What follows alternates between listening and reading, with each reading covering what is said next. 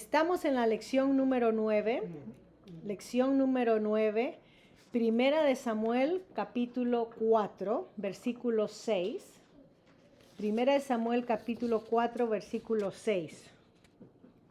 Vamos a continuar con la batalla, la lucha que empezaron los israelitas con los filisteos, que sucede en todo el capítulo 4, y las profecías que se cumplen con los hijos de Elí, Ofni y Fines.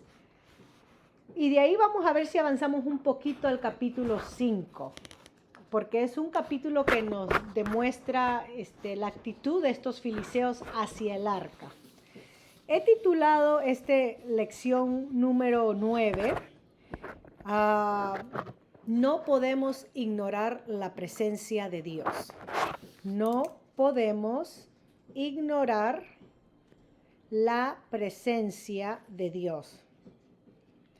Y a través de los años y siglos, los seres humanos generalmente asocian la presencia de Dios a templos, a altares, a lugares santos, ¿no? Asocian que ahí está la presencia de Dios o la presencia de alguna divinidad o dioses.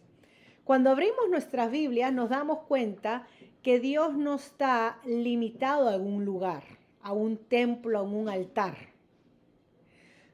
Que Dios provee de su presencia a Israel, que es el pueblo que Él escogió, siempre y cuando Israel viva bajo obediencia a Él, en pureza, en santidad, apartados, que vivan como el pueblo de Dios. Pero cuando Israel entra en inmoralidad sexual, en pecados, en idolatría, vemos como la presencia de Dios se esconde o se va. No es visible para ellos, en el sentido de que otros reyes o otros pueblos comienzan a subyugarlos y a tener victoria sobre ellos. Entonces ellos ven, Dios nos ha abandonado, Dios no está con nosotros. Lo vimos en la historia cuando hemos mencionado, por ejemplo, la historia de Moisés en el Éxodo, que Israel pasó 400 años como esclavos en Egipto. No fue hasta 430 años que Dios usó a Moisés para sacar a su pueblo. El pueblo quizás pensó, Dios se olvidó de nosotros. Pero vemos que cuando abre el libro de Éxodo dice que Dios habla, he escuchado el clamor de mi pueblo y ahora voy a ir para sacarlos. Así que aunque la presencia de Dios no esté en medio de su pueblo, porque hay pecado, hay desobediencia, Dios aún está atento a las necesidades y a los problemas que pasa con su pueblo. Dios no los abandona a tal punto que se olvida de ellos para siempre. El abandono de Dios es solamente para que ellos experimenten las consecuencias de sus pecados, de sus maldades. Es como dar la cara al otro lado mientras que uno está sufriendo las consecuencias de nuestras malas decisiones y no actuar para rescatarlos. Entonces, muchas veces Dios no nos va a rescatar por esa mala decisión que tomamos, porque tenemos que experimentar esa consecuencia. Eso fue lo que yo causé en mi vida. Y entonces Dios mira para el otro lado para que yo aprenda a someterme y a depender de Él y regresar a Él. No significa que Dios me ha abandonado y ya no quiere nada que ver conmigo, sino que Dios está usando, cuando hablamos de Israel, ¿no? Esos momentos para probarlos y que ellos regresen a Él en arrepentimiento. No podemos ignorar la presencia de Dios trabajando en nuestras vidas. Hemos visto que Israel había puesto su confianza en el arca del pacto y fueron a guerra por segunda vez, y esta vez entonces caen 30,000 de los israelitas. Y los filisteos, tenemos versículos 6 a 9, tenemos la impresión o la respuesta que dan los filisteos cuando oyeron esta voz de júbilo de los hebreos. Y vamos a ver cuáles las declaraciones de los filisteos, porque deberíamos de felicitar a los filisteos a diferencia de los israelitas, de los hebreos. Yo he leído todo el pasaje, pero si ustedes no han leído o están recién entrando, pueden leer todo el capítulo 4 de 1 Samuel para tener un contexto a la historia. Pero los filisteos, vemos acá en el versículo 6, dice que ellos comprendieron que el arca representaba la presencia de Dios y también tenían conocimiento de la historia de Israel. Miren lo que dice el versículo 6 de 1 Samuel, versículo 4. Al final del 6, la segunda parte, después de las preguntas. Y supieron que el arca de Jehová había sido traída al campamento, o sea, al lugar de ellos, donde ellos moraban. Versículo 7. Y los filisteos tuvieron miedo, temor, porque decían, ha venido Dios al campamento. Como que los filisteos tenían más temor reverente de Dios, la misma presencia de Dios representada en el arca, que el pueblo mismo de Israel. Esa es la ironía. El pueblo de Israel usó el arca como un amuleto de suerte. Perdimos porque no trajimos el arca. Y si la traemos significa que Dios está con nosotros, ganamos. Los filisteos perdieron. Los filisteos al ver el arca se espantaron, tuvieron miedo porque dijeron, uy, ahora Dios está con nosotros. En su modo aún idólatra y pagano de ver las cosas, quizás limitar a Dios a un pedazo de cajón, tuvieron ese temor reverente por el arca, algo que los hebreos no habían tenido. ¿Y qué es lo que los filisteos tenían conocimiento? Versículo 8, ellos dicen, ay de nosotros, ¿quién nos librará de las manos de estos? Se refiere plural porque ellos eran politeístas, creían en diferentes dioses, poderosos. Todavía no habían entendido que el Dios de Israel era un solo Dios, porque ellos no habían recibido la ley, la revelación, así que ellos pensaban que Israel tenía su panteón de dioses como todos los pueblos. Estos son los dioses que hirieron a Egipto con toda plaga en el desierto. Si se dan cuenta, los filisteos sabían lo que Dios, ellos dicen dioses, lo que Dios había hecho en contra de Egipto. Sabían la historia de la plaga, sabían la historia del faraón, sabían esa parte. ¿Con qué motivo, con qué razón? Porque Dios había escogido a Israel, los había liberado, como su pueblo los había liberado y se les había dado la tierra. Y si sabían eso, ellos han debido de someterse y aceptar al Dios de Israel y no ir en guerra contra Israel. Ir en guerra contra Israel era ir en guerra contra sus dioses. ¿No? Tenemos que tener eso. Así que si creían que el Dios de Israel era más grande que sus dioses, ellos tendrían que haberse sometido a él, pero no lo hicieron, sino que fueron a guerra. Eso hacemos nosotros muchas veces, con frecuencia. Entendemos quién es Dios, pero muchas veces nos resistimos a él. Y no nos gusta someternos, no nos gusta depender de él. El conocer de Dios no fue el problema de los filisteos. No lo conocían personalmente, pero conocían acerca de Dios. Eso no fue el problema. El problema de los filisteos y de los israelitas fue que no se sometieron a Dios. Así que nosotros podemos conocer acerca de Dios. Podemos conocer lo que Dios ha hecho con Israel, lo que Dios ha hecho a través de nuestro Señor Jesucristo a favor nuestro, pero si no vivimos vidas sometidas a Él, en obediencia a Él, de nada nos sirve el conocer acerca de Él. ¿Okay? Eso es importante. Los filisteos entonces sintieron ganas de rendirse, se desvanecieron a ver que la presencia de Dios había venido, y es ahí donde se les convoca en el grito de lucha.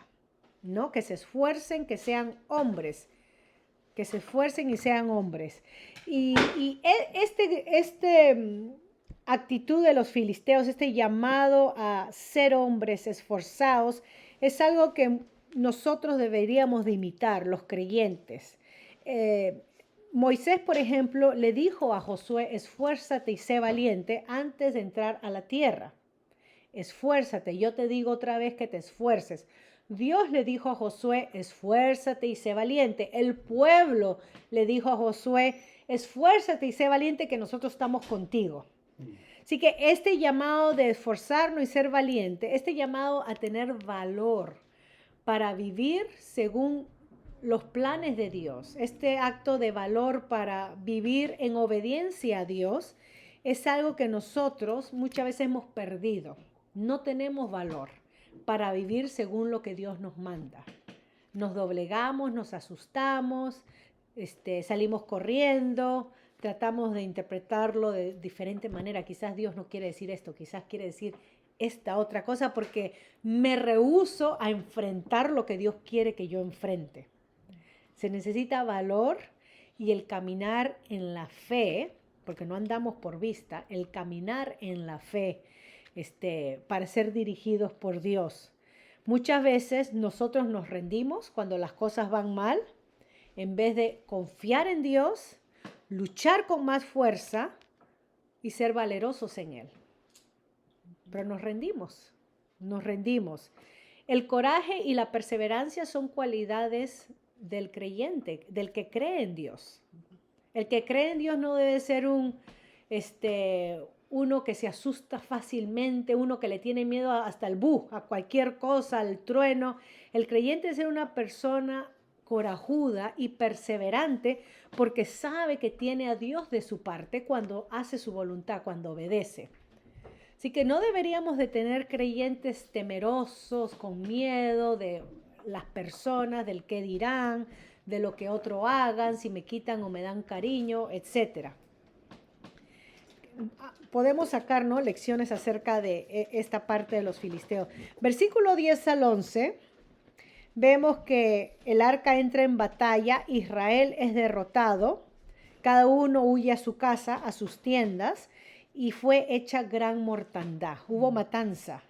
Dice que cayeron 30,000 hombres de a pie. Esto fue una guerra. Y el arca de Dios fue tomada y los 2 hijos de Elí muertos, Ofni y Fines, y se cumple la profecía. Así que Israel fue vencido. Eso es lo que sucede cuando vamos en contra de Dios. Somos vencidos, somos derrotados. Eso es lo que sucede cuando vivimos, estamos hablando de creyentes, gente que ha confesado a Dios, cuando vivimos vidas contrarias a la voluntad de Dios, somos vencidos.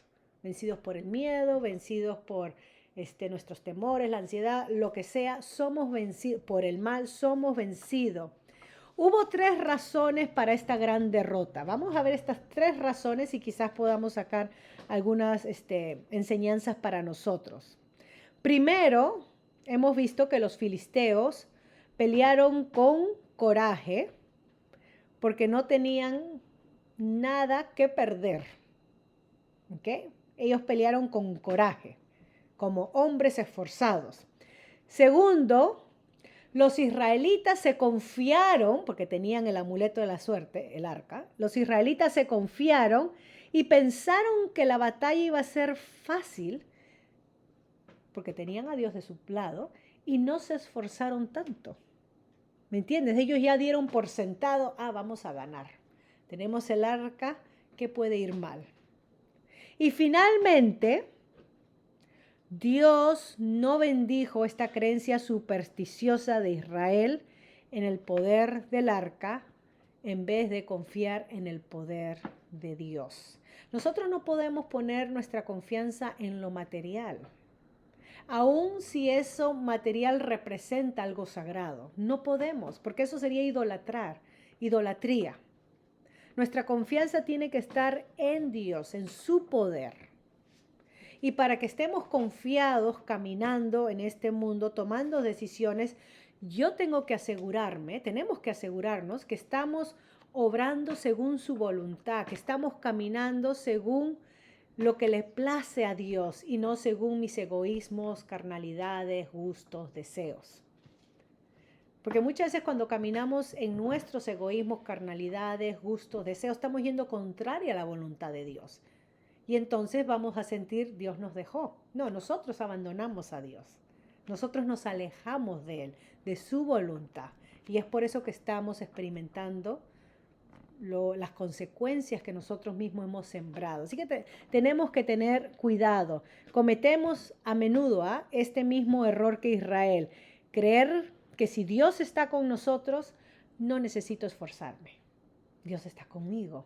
Creer que si Dios está con nosotros, puedo quizás hacer de cualquier cosa el culto a la iglesia. El tener esto, el orar 3 veces al día, 5 veces al día, como algo que me va a garantizar prosperidad y bendición. porque yo ofrendo, yo voy a la iglesia, yo hago esto, yo ayudo, yo dono, entonces eso me garantiza bendición. No si no estoy en la voluntad de Dios, porque puedo hacer todo esto y vivir una vida en rebeldía a Dios. Entonces uso de mis buenas obras, de mi dinero, uso eso como que si fuera el amuleto, ¿no? Lo que delante de Dios me da el pase bueno. Vemos que en el caso de Israel y con los filisteos, que con Dios no podemos jugar. No podemos juzgar con un ser santo que transciende y nosotros negociar o transicionar con él, como que si fuera un negocio. Ya, yo te sirvo, tú me das esto. Yo te doy esto, tú me bendices. ¿Quién somos nosotros para hacer eso con Dios, para atrevernos a hacer eso con Dios? No somos nada ni nadie. Así que tenemos que tener cuidado. Al final resultó, Dios no se sintió obligado a bendecir a los israelitas solamente porque llevaron el arca. Dios no se deja torcer su brazo por nuestras supersticiones. Dios es una persona y no un genio de la lamparita mágica que pensamos que podemos manipular a nuestra voluntad. Así que no lo confundamos. Tener temor reverente a Dios significa tratarlo a Dios con toda la santidad, la gloria que Él se merece, el respeto que Él se merece, el honor que Él se merece, y no como que si fuera algo menos que yo. 30,000 hombres nos dice que cayó de Israel. Esta fue una pérdida mucho mayor que la primera del capítulo 4, versículo 1, que fueron 4,000 hombres caídos. 7 veces más cayó esta vez. ¿Okay? 7 veces más. ¿Qué significó que el arca de Dios fuera tomada? ¿Qué significó que pasara al campamento de los filisteos? Bueno, Dios les estaba enseñando a su pueblo de que Él no era el arca. De la misma manera como el arca fue tomada, porque Dios había dejado a Israel bajo sus caprichos y pecados, de la misma manera los babilónicos muchos años después tomaron el templo y lo destruyeron. De la misma manera los romanos, Tito el general, en el año 70, tomó el templo y lo destruyó, porque Dios no es el templo. La presencia de Dios había abandonado, salido de su pueblo por su rebeldía y su pecado. Así que Dios quería enseñarle a los filisteos que no podemos reducirlo a un ídolo, a una cosa. ¿Okay? Tenemos que tener cuidado con eso, porque podemos hacer ídolos de buenas cosas. Tenemos que tener cuidado con eso. ¿Okay? ¿Qué había en el arca? El arca era forma cuadrada de oro, con los 2 arcángeles que la protegían. ¿Qué había en el arca? Dentro del arca habían las copias de la ley de Moisés, que Dios le dio a Moisés, de los 10 mandamientos. Habían la copia. Estaba el maná, que Dios había dado en el desierto de Israel. Había ahí el maná y en un jarrón. Y estaba el bastón de Aarón, que verdeció en el desierto. Esas 3 cosas como testimonios se guardaban en el arca, que los hacía recordar de la voluntad de Dios, su palabra, su revelación a su pueblo, el sustento de Dios a su pueblo, el maná que estaba ahí, y la dirección de Dios a su pueblo a través de sus profetas Aarón o su sacerdote Aarón y Moisés, ¿no? Eso representaba. La gloria de Dios se había apartado de Israel. Los 2 hijos muertos del sacerdote Elí. Eso es lo que Dios dijo en 1 Samuel capítulo 2, versículo 34. Que en el mismo día los 2 hijos iban a morir, y esa es la manera como el juicio final llegó sobre la casa de Elí. ¿Okay? Ha llegado la hora de la prueba del juicio y así fue. Miremos versículo 12 al 18. La gran angustia que experimenta Israel por la pérdida del arca. Elí se entera, escucha sobre la pérdida del arca del pacto de Dios y muere. Se nos dice que un hombre de Benjamín corre, llegó ese mismo día, más o menos de Afec a Silo hay 20 millas, así que en un día este hombre corre 20 millas para dar la noticia a Elí que el arca había sido capturada y sus hijos habían muerto. Estos eran malas noticias. ¿Ok? Cuando escuchó estas malas noticias, se nos dice que Elí, que estaba sentado en una silla, vigilando el camino, preguntó qué había pasado y al enterarse, él cayó hacia atrás de la silla al lado de la puerta y se desnucó y murió. ¿Okay? A Elí, el padre sacerdote, escuchar la noticia del arca. El morir, el desnucarse, sucedió cuando él escuchó la noticia que el arca había sido tomado. O sea que no fueron para Elí la pérdida del ejército de Israel en la batalla, no fue la matanza de 30,000 hombres, ni siquiera la muerte de sus hijos lo que lo mató, sino cuando él escuchó el arca de Dios ha sido tomada, ha sido capturada. Y él sabía lo que eso significaba.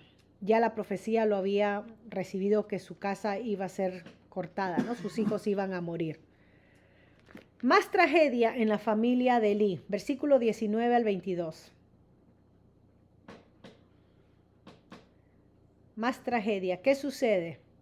Queda la esposa de Fines, uno de los hijos de Elí, o sea, la nuera, que estaba embarazada, escucha la muerte de su esposo, escucha la muerte de su cuñado y escucha que su suegro murió, escucha la masacre de los soldados, una batalla perdida y que el arca ha sido capturada. Y la angustia fue tan grande para esta mujer que le vino los dolores de parto y dio a luz entonces a un niño. Y lo llama Icabod, que significa traspasada es la gloria de Israel. Para reflejar su angustia de esta mujer y la tragedia nacional de Israel por todos lados, ella llamó a su hijo traspasada es la gloria de Israel, Icabod.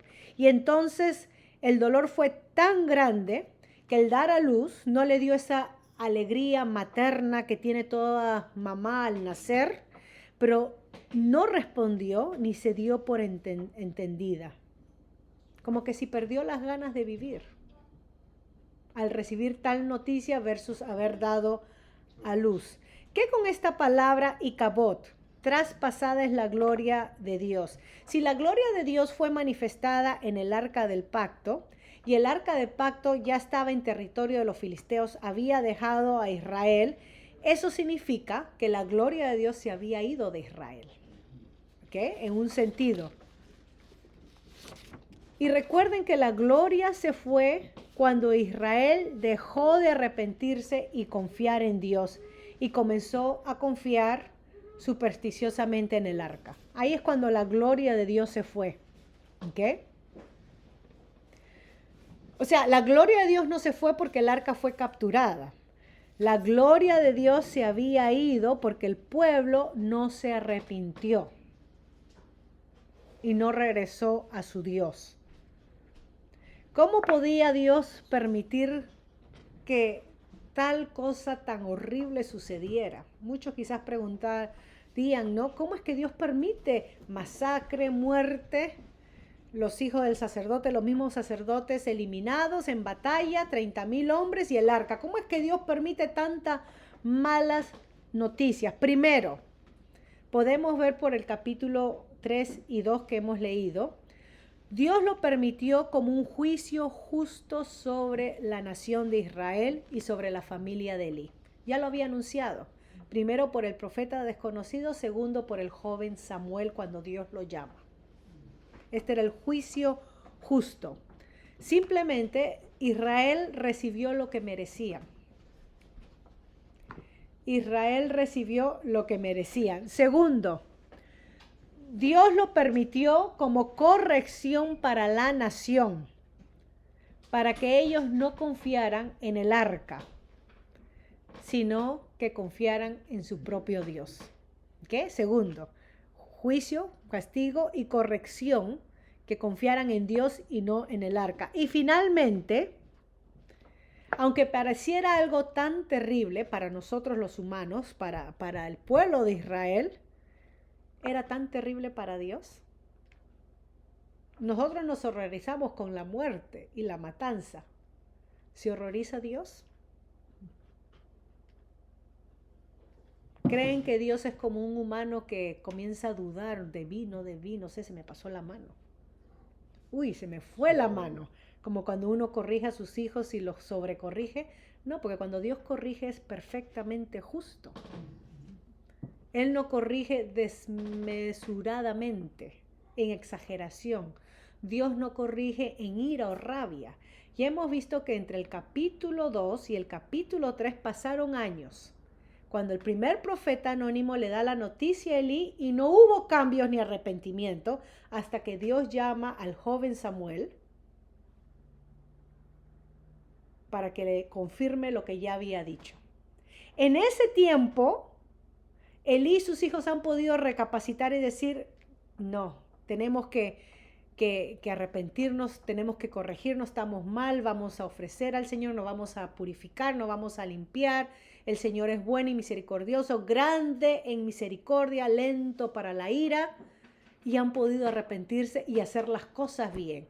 Y entonces aplazar, tardar el juicio de Dios. No cae sobre ellos porque respondieron bien. No es que Dios cambie de opinión, sino que Dios responde al arrepentimiento humano, con gracia y perdón. Es como Dios responde. Pero cuando no hay arrepentimiento humano, lo que queda es juicio.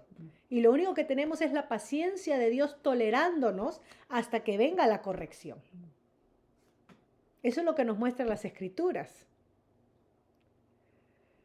Entonces, muchas veces nosotros consideramos como calamidades muchas de las circunstancias que pasamos, ¿no? Quizás nosotros mismos buscamos lo que nos sucede o quizás es fortuito, ¿no? Suceden. Lo que debemos de pensar es que Dios siempre va a usar las circunstancias, lo que pasamos, para que Él se manifieste y lo conozcamos a Él de una manera más íntima y no de una forma alejada. Dios no se interesa de mí, Él está lejos de mí. No, Dios quiere que si no nos arrepentimos antes, por lo menos ese quebranto nos haga venir a Él. También debemos de saber que Dios no perdió en esta batalla.